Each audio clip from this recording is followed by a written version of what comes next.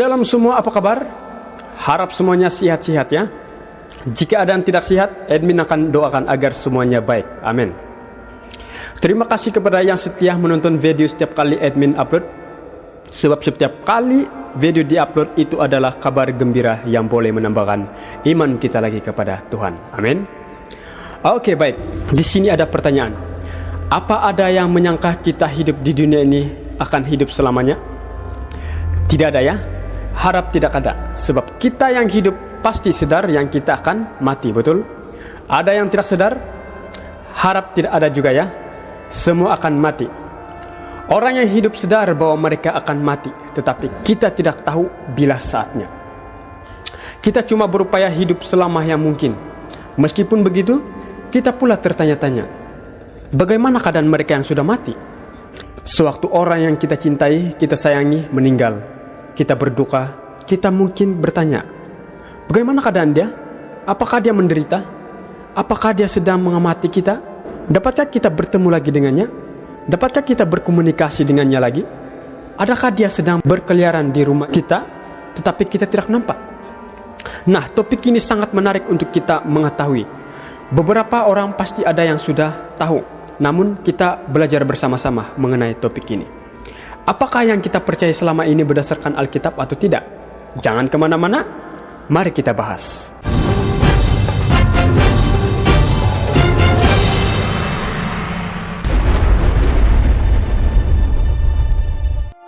Agama-agama di dunia ini memberikan jawaban yang berbeza-beza. Ada yang mengajarkan bahwa jika kita banyak berbuat baik dan kita mati, roh kita akan terus pergi ke surga. Tetapi jika kita banyak berbuat jahat, roh kita akan dibakar di tempat siksaan selamanya. Dan ada agama lain mengajarkan bahwa pada waktu mati, seseorang pergi ke alam roh untuk berkumpul dengan leluhur mereka. Agama lain lagi mengajarkan bahwa orang mati pergi ke alam baka untuk dihakimi dan kemudian direinkarnasi atau dilahirkan kembali dalam tubuh lain. Hampir setiap agama yang dianut pada zaman dahulu dan sekarang mengajarkan bahwa seseorang tetap sadar untuk selama-lamanya walaupun ia sudah mati, dan masih dapat melihat, mendengar, dan berpikir.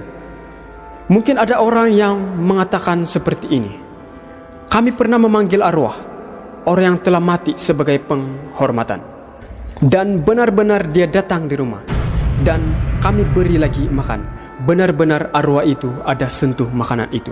Dan sebelum upacara memanggil arwah itu, kami tabur tepung setiap jalan yang pernah dia lalui semasa dia hidup. Benar-benar ada tapak kakinya. Benar-benar dia datang. Oke, baik saudara-saudari. Firman Tuhan katakan bahwa itu bukanlah roh atau arwah orang yang sudah meninggal, entah dari keluarga kita maupun orang lain. Itu bukanlah dia. Jadi, itu siapa?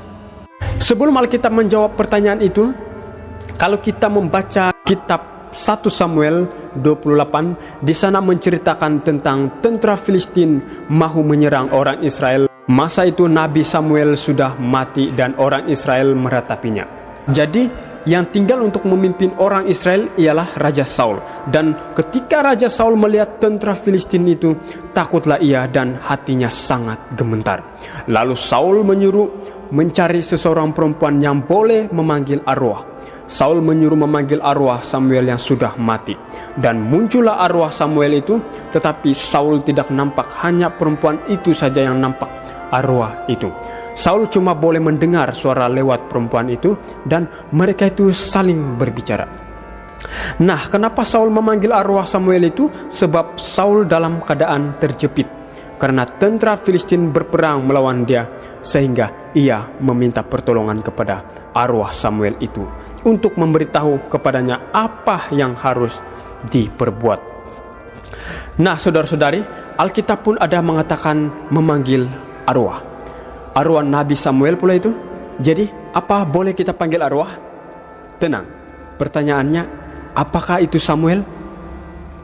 Sebelum itu, pasti lahir dalam pikiran kita, kenapa Raja Saul minta pertolongan dengan arwah? Kenapa tidak minta pertolongan dari Allah?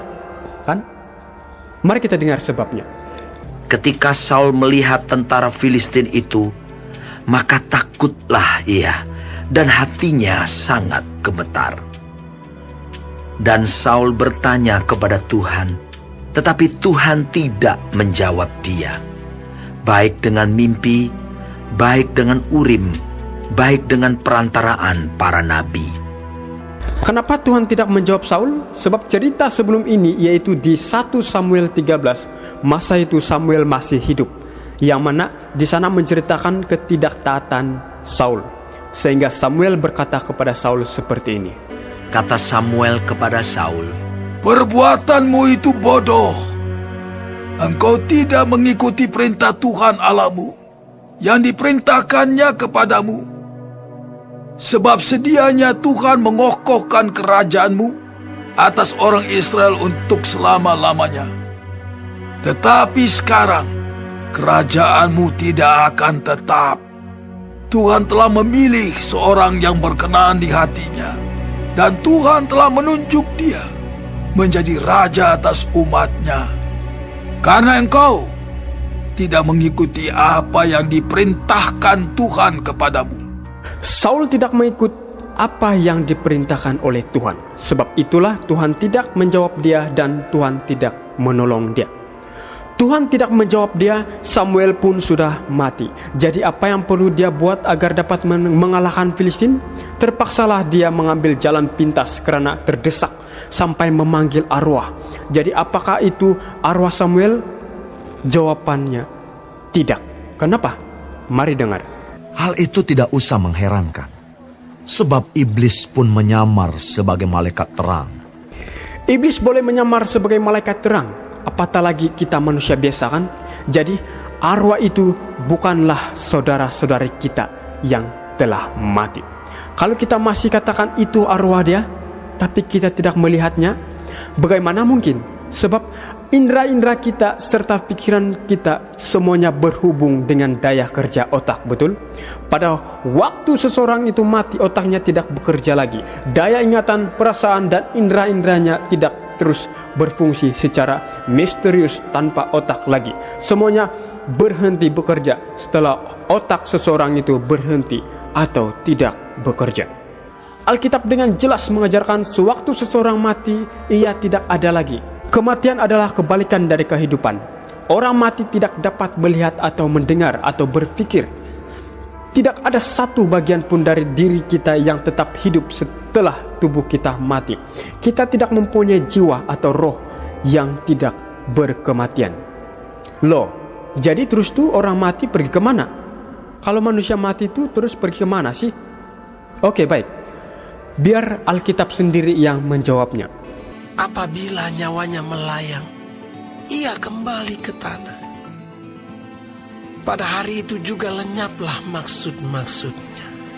Maksud ayat ini adalah apabila seorang mati hari itu, dan hari itu jugalah lenyaplah maksud-maksudnya. Artinya sudah tidak ada maksud, stop di sana, noktah. Tidak terus bangkit pergi ke surga ataupun pergi ke neraka. Tidak. Masa Allah menciptakan manusia dari debu tanah itu, oleh kerana manusia itu jatuh dalam dosa, manusia itu akan alami dengan berpeluh mencari makanannya sampai kembali lagi menjadi tanah seperti semula.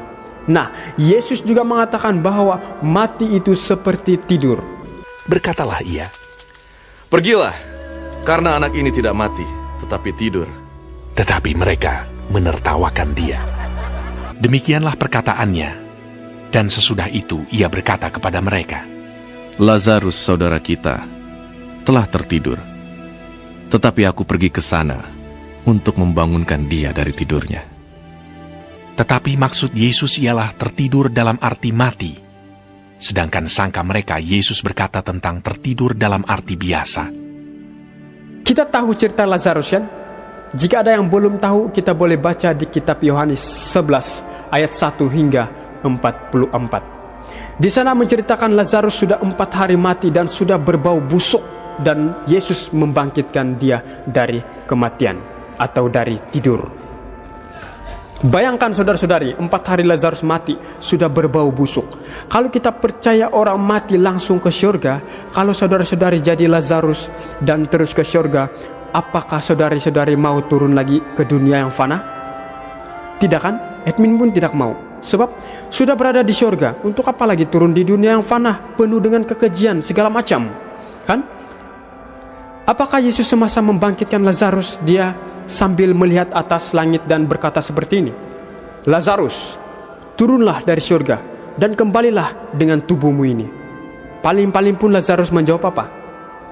Paling-paling pun Lazarus menjawab seperti ini, tidak mau aku Tuhan, sebab sini sudah seronok, sebab sini sudah hidup selamanya, tidak mau lagi di dunia itu. Jelas saudara-saudari? Nah, Yesus mati di kayu salib pun, apakah dia terus naik ke surga? Jawabannya tidak. Ada yang terkejut? Mari dengar Alkitab. Sebab seperti Yunus tinggal di dalam perut ikan 3 hari 3 malam, demikian juga Anak Manusia akan tinggal di dalam rahim bumi 3 hari 3 malam. Yesus pun masih dalam bumi, belum bangkit, belum pergi surga. Nah, jadi di mana orang yang sudah mati itu? Jawabannya, mereka di dalam kubur sedang tidur yang panjang. Mereka sedang beristirahat dalam kematian, seolah-olah tidur nyenyak tanpa bermimpi. Semua pernah tidur nyenyak kan? Tidur dari jam 10 malam, bangun jam 7 pagi. Apakah kita sadar kita sedang tidur berjam-jam? Tidak kan? Paling-paling pun saatnya terbangun pagi, sepertinya baru tidur selama 5 menit. Itu pun belum lagi puas tidur, belum cukup, padahal sudah berjam-jam tidur. Artinya selama kita tidur, kita tidak sadar. Begitu juga orang yang mati, tidak sadar. Jadi perbezaan tidur dalam arti mati dengan tidur biasa yang orang hidup alami itu adalah, kalau tidur dalam arti mati itu adalah tidur yang panjang, beristirahat dan tanpa mengalami mimpi, sebab otak mati tidak bekerja. Tidur biasa pula yang kita alami itu adalah tidur yang ada mimpi, dan ada saatnya kita terbangun. Kenapa ada mimpi? Sebab walaupun kita tidur nyenyak, otak kita bekerja, belum mati. Sebab itulah kita mengalami mimpi. Sangat jelas, kita yang tidur pasti terbangun apabila saatnya terbangun. Jadi bagaimana pula orang yang tidur dalam arti mati? Bilakah mereka bangun? Pertanyaan ini, jika berkesempatan kita akan bahas di video seterusnya. Baik, terima kasih semua yang setia mendengar, yang ingin tahu kebenaran melalui firman Tuhan. Terima kasih buat Anda yang pertama kali singgah di channel ini. Jika video ini bermanfaat bagi Anda, jangan lupa tekan subscribe dan tekan loncengnya, sebab akan ada lagi pelajaran-pelajaran yang menarik, lebih-lebih lagi yang harus kita ketahui melalui firman Tuhan. Amin.